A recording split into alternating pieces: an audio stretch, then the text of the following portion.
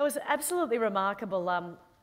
I really enjoyed what Gillian said about if you lead, you can also influence and control. And this is something that affects all of us. You know, some of the surveys that we've done with PricewaterhouseCoopers, I'll read you the results in a moment, and some of us don't want to be the CEO or don't want to be the leader, and that's absolutely fine. But being the leader gives us that influence. It gives meaning to your role, as Gillian Triggs just said.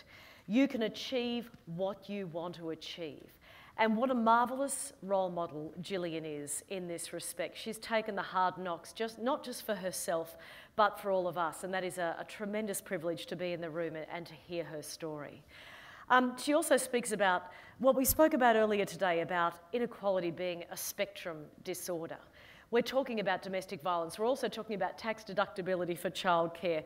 We're talking about discrimination in the workplace at every level. I think that is such a powerful speech. I'd like to update you on some of those figures that PricewaterhouseCoopers have revealed now that we have 100% of the results. The question, over the course of my career, I have a desire to reach a top management position. 78% yes, 21% roughly no. Even with equal skills and qualification, women have much more difficulty reaching top management positions in my workplace. 61% agree, 38% disagree. And to the question of work-life balance and flexibility, whether taking advantage of them has negative consequences in my current workplace, 32% agree, roughly 67% disagree. What I found most interesting was the answer to the question, what is one change in your workplace that could support women achieving leadership positions? And these are really interesting. More mentoring opportunities, yes. Look for people who are good at what they do but don't necessarily fit the mould. That speaks to unconscious bias. Walk the talk. That is really fantastic, and it reflects something that Gillian Triggs said, that we need to use our voices, whether it's in the workplace or society, and we need to walk the talk, each and every one of us, to be role models to those around us. Finally, making flexible working arrangements the norm, not just talk, and opening those to men so the expectation doesn't fall upon women to be the primary caregivers all the time. I think I speak on behalf of everyone in saying this has been an absolutely extraordinary day. I have the great privilege of emceeing a lot of these conferences, and this has been the most outstanding lineup of speakers. We have learnt so much from the diverse, rich pool of talent of the women leaders we've had on the stage today. So how about a round of applause for all of our speakers and panellists?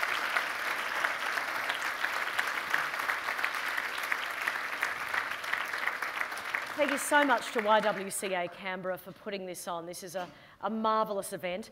I now invite Frances Crimmins from YWCA Canberra to the stage to wrap up today's event. Thank you, Frances.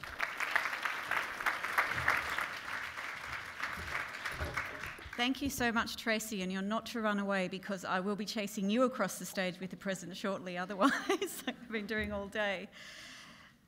So thank you so much, everybody, for sharing our second She Leads conference.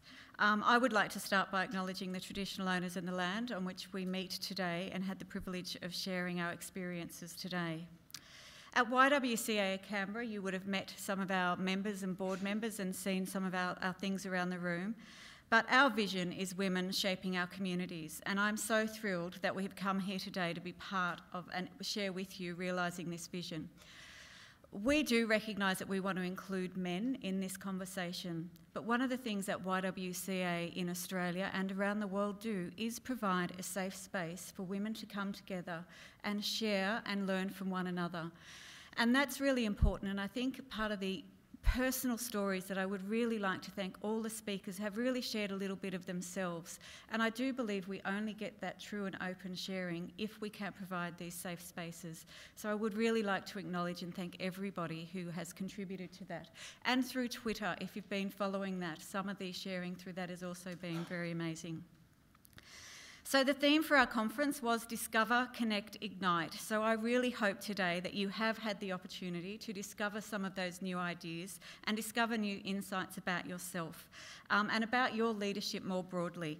I do hope that you've made connections with other people today and that you've met somebody new and that you've maybe met somebody who might be a good mentor or somebody to bounce some of those ideas off that some of the speakers spoke about. And most importantly, I do hope that we have ignited your day and some of the speakers and going out and actually doing it and taking action and being that loud voice. I agree, Professor Gillian Triggs, we need to stand up and be that voice today. And we are proud to say at YWCA, we are a feminist organisation and will contribute to that voice with you. I really would like to thank our panel. Now, Tracy, you're standing right next to your own gift. I can run down the stairs and grab it. Please come up, and I would like to give a rock star welcome to this amazing woman today. Thank you. Thank you so much for giving up your day today to share with us. It has been amazing.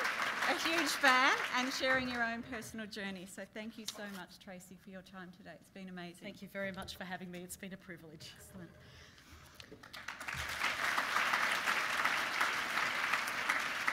I would also like to acknowledge our keynote speakers, Professor Gillian Triggs, Claire Bowditch, Stephanie Lorenzo and Yamani Naidu, who all actually had to catch aeroplanes and have had to leave our lovely city of Canberra.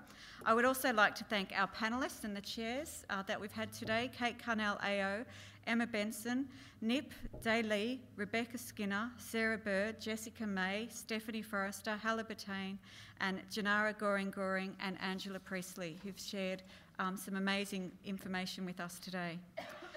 I would like to really get a big round of applause for those people. In particular, our wonderful partners who have made this happen. As a not-for-profit organisation, we really do rely on the support of our partners and friends to make this event happen today. So first of all, PWC, our principal partner, Goosebumps, our creative partner, Newcast, who've been live streaming today for us, Aspen Medical, who've been a She Leads friend, Capital Chemist as a She Leads friend, Hester as a She Leads friend, Horizon One as a She Leads friend, and Microsoft as a She Leads friend. I'd also like to thank Canberra business GG Flowers, and Nip spoke about them earlier today, for the lovely flowers that they brought today to have behind us on the stage. Finally, I would like to thank the amazing staff who had pulled this all together, and it really has been a shared experience and journey with all of the staff and the board members who have given up their time to make today work, and I hopefully a successful day for you all. My final request is if you actually fill in the evaluation, because we do aim to improve on our conferences and the experience, and please let us know if there's anything that you would like to see and hear from us. We do have many other events. We have informal events in Canberra. We've got one coming up called She Meets, which is just a very informal place to come and discuss interesting issues. So that will be the next thing on our agenda. So there are other opportunities to come together as women and share our ideas and thoughts. So again, thank you very much. I will leave you. I realise it's 5 o'clock and I know many of us have to put on our carers' hats now and return to our families. So thank you so much for sharing this day with us.